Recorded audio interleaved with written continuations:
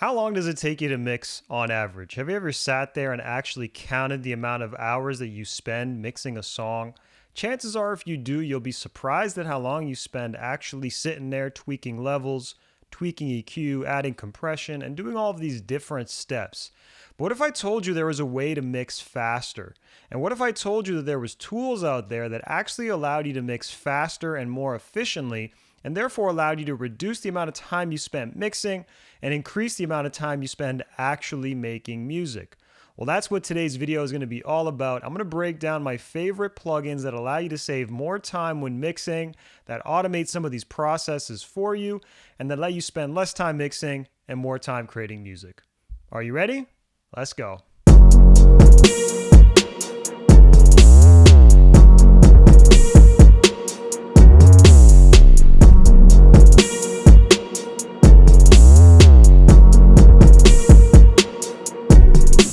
5.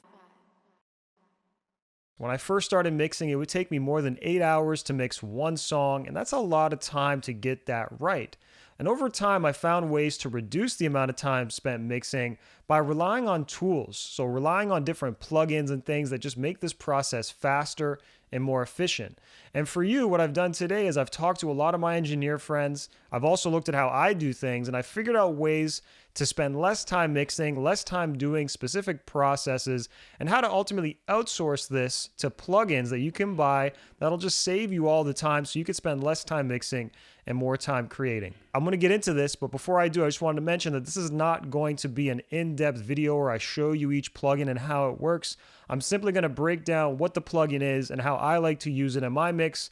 There may or may not be some examples in here, but if there are videos available that I've created that relate to each plugin, I will leave a link above using a card, so you can click that and you can learn more in-depth ways to use these plugins.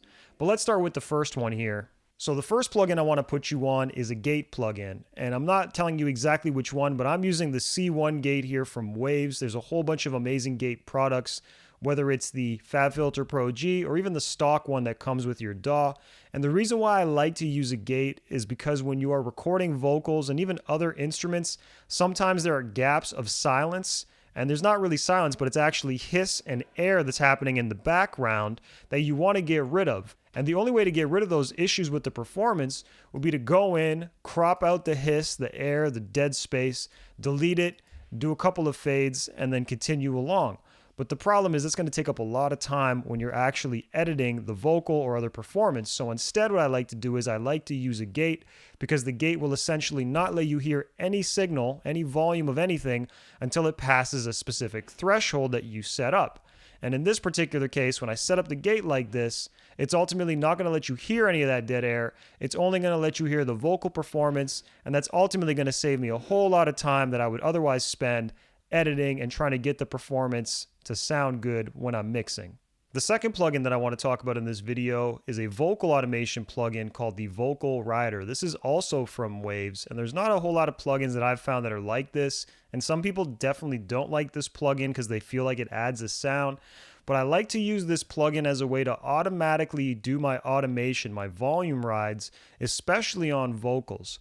So typically when we're mixing vocals, we're doing all of these processes, and at the very end, you're going to go in and you're going to do some volume automation for these different sections so that it can, pop and be loud and in your face. So I might go in, and if this part's quiet, I might automate it up a little bit. And if this part's too loud, I might automate it down, and etc. and do that, manually step by step. Well, similar to the gate, this is a very time-intensive process, and it's very detail-oriented. The cool thing about this plugin is I could actually use it to do essentially the same thing, but without having to go in and draw everything. Instead, I just set my range, which is going to be, the loudest that I want the vocal to hit and the quietest I want the vocal to hit. And then this thing is going to ride up and down in volume and essentially balance things out for me. So when stuff is too loud, it's going to bring it down to a maximum of -2. But then when it's too quiet, it's going to bring it up to a maximum of +2. You can kind of understand how this is going to vary depending on what you're putting it on, and you may want to change this. And of course, I can increase the range and decrease the range so that it's different in terms of loudness and quietness. But overall, this is going to save you a lot of time and help you avoid automating things manually. You still may need to do some additional stuff, but I find that this alone will really help a vocal pop and cut in a mix without having to spend all that time manually automating yourself. If you made it this far into the video, I want to say thank you for watching, and if you can, please like this video and hit the bell and subscribe button down below to stay tuned for more helpful content. I drop something new every single week, always focused on helping you sound better and helping you make more money with your music. So if you want help with these areas, definitely subscribe to the channel. And if you want, leave a comment down below. Let me know how you're liking this video, and let me know what you want to see in a future one so I could shoot something specifically for you.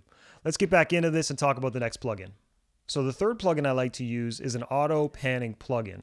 And I have this plugin here from Soundtoys. It's called the PanMan. And the reason why I like to use this is a lot of times we're going to be automating our pan information, especially on background vocals and ad-libs, things like that. And this could also be a very time-intensive process, similar to the vocal automation stuff that I just spoke about. Now, in this particular case, I like to use the PanMan so that it automatically pans things left and right in a specific rhythm that I preset. And I can, of course, set it up using these different parameters. So if I want to slow things down, I can, or speed them up.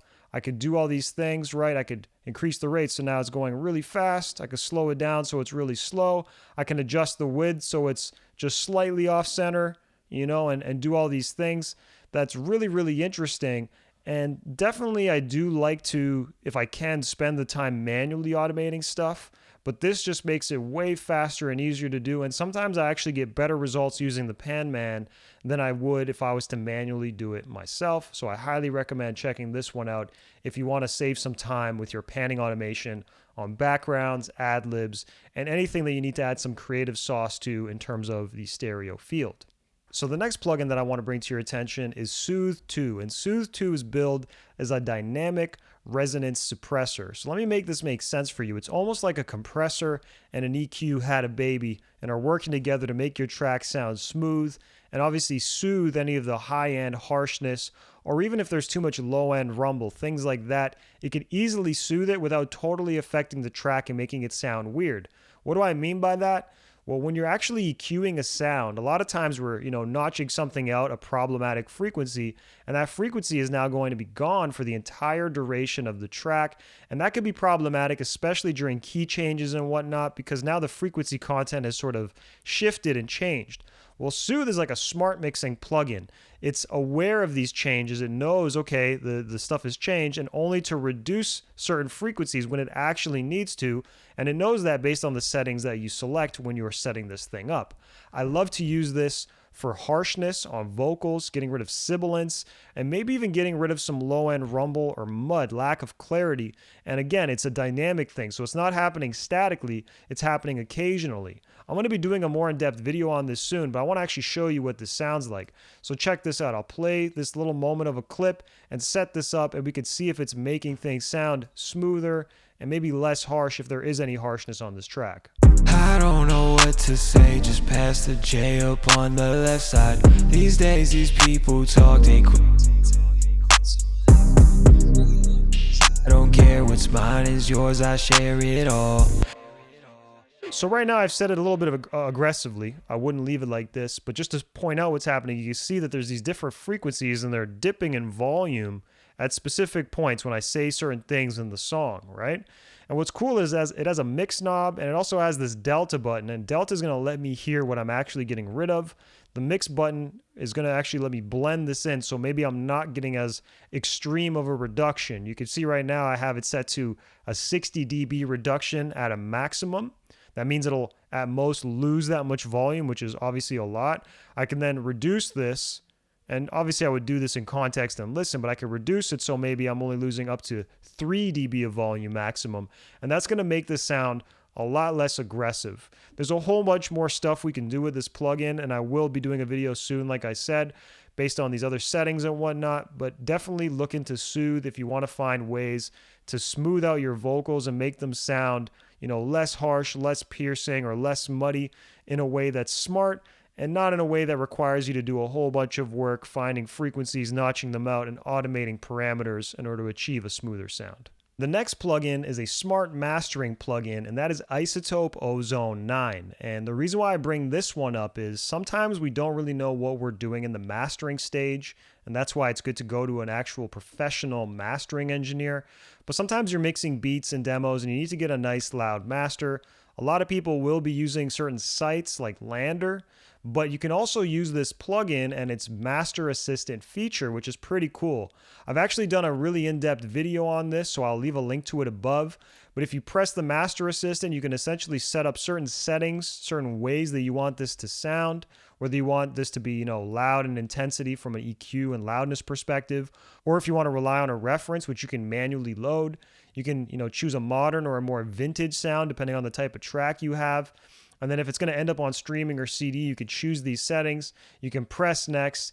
And what's ultimately going to happen is this plugin will master your song for you and achieve a certain loudness. It's pretty cool. And like I said, I do have a video where I actually go head to head with this thing. I put it on a track that I've already mastered, so I'll leave a link to that above, which you can check out and decide if you want to explore this yourself. But a great solution for mastering if you're not 100% sure about what you're doing.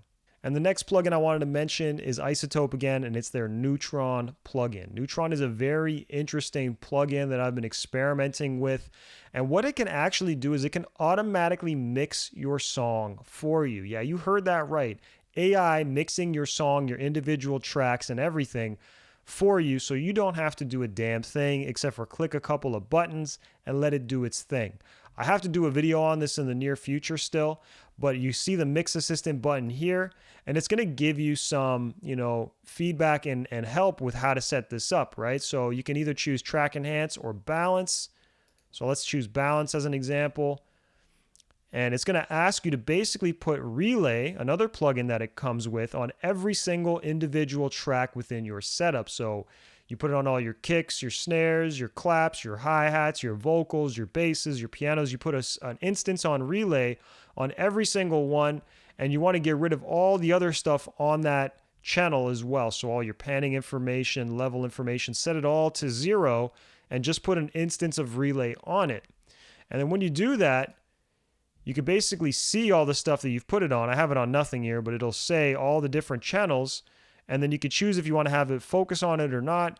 And then you could do a begin listening. It's going to basically process this in real time. And then it's going to balance everything for you and allow you to achieve your final mix. So I put Neutron on my final master channel. So this is the last channel in my chain. But again, the Relay plugin you're going to put on every single individual channel. And like I said, this is going to mix the song for you. I've had some okay results so far. We still have a ways to go, and I will shoot a video on this in the near future. But this is a very interesting plugin if you're very lazy and don't want to mix it all and just have something do it for you. So let's talk about another plugin that's great for collaboration, and that is AudoMovers ListenTo. I've been using this for a short period of time, and I've been having some really good results with it. But what this plugin does is it allows you to transmit your DAW's final output, or whatever track you put it on, but ideally your DAW's final output, onto the internet so that someone can stream it at high quality in real time. There's a little bit of a delay, but I love to use this plugin to basically play mixes for people live and to do revisions with my clients live if I can. This is a really effective plugin for doing this. All you got to do is have an account. There is a fee for it, of course, and you just log in, choose start streaming, copy your streaming link, and send it to somebody via email or on a messenger app, whatever you're using to communicate with your client. They can click it, click OK, and basically hear whatever you play in real time as you play it. And this is way better than if you're transmitting your signals via Zoom or whatever. I was doing that for a bit, and I was having really bad results. Mixes were sounding terrible going across Zoom. Things were just all sorts of weird things were going on, and it just wasn't good. So I decided to invest in this. It's pretty cheap, pretty economical. You can either do it on a daily, monthly, weekly. There's so many different options in terms of payment. But again, it's worth its weight in gold. So I definitely recommend if you're somebody collaborating and trying to get some revisions done on a mix especially, use this plugin. It makes it real easy for you to do that. And the final tool that I want to show you is the Stereomonoizer by Soundtoys. This is a very interesting tool. It actually isn't a plugin for your DAW. It's something that you install onto your computer. But what it ultimately does is it lets you drag and drop files into it, and then it converts them from stereo to mono where appropriate. So it automatically knows when to take your files, and if it's stereo, sent stereo, and it's supposed to be mono, it'll convert it into mono for you, which I think is a really interesting thing. Typically in the past, when people are sending me files to mix, I would have to go in and I have to, decide, okay, well, this kick drum is in stereo, but it should be mono, split it into mono, delete the additional duplicate, and just have one single mono file. And there's all these steps required to do that. But this plugin does it all automatically for you. It's very, very simple. And this is really helpful for the engineers out there that are mixing songs for other people and that are getting files from other people. I think Logic in particular only exports stereo files from what I understand, something like that. And that always seems to be the problem when I'm mixing with files from Logic. They're always sent in stereo and they're supposed to be mono sometimes. So let me show you how this works. You're going to grab all your files from your Finder, for example, drag it in. It already has everything set up for you automatically. I haven't even touched this. This is just the way that it comes preset. I hit Analyze, and it's not going to convert anything that doesn't need to be converted, as you could see. And in this case, nothing needs to be converted.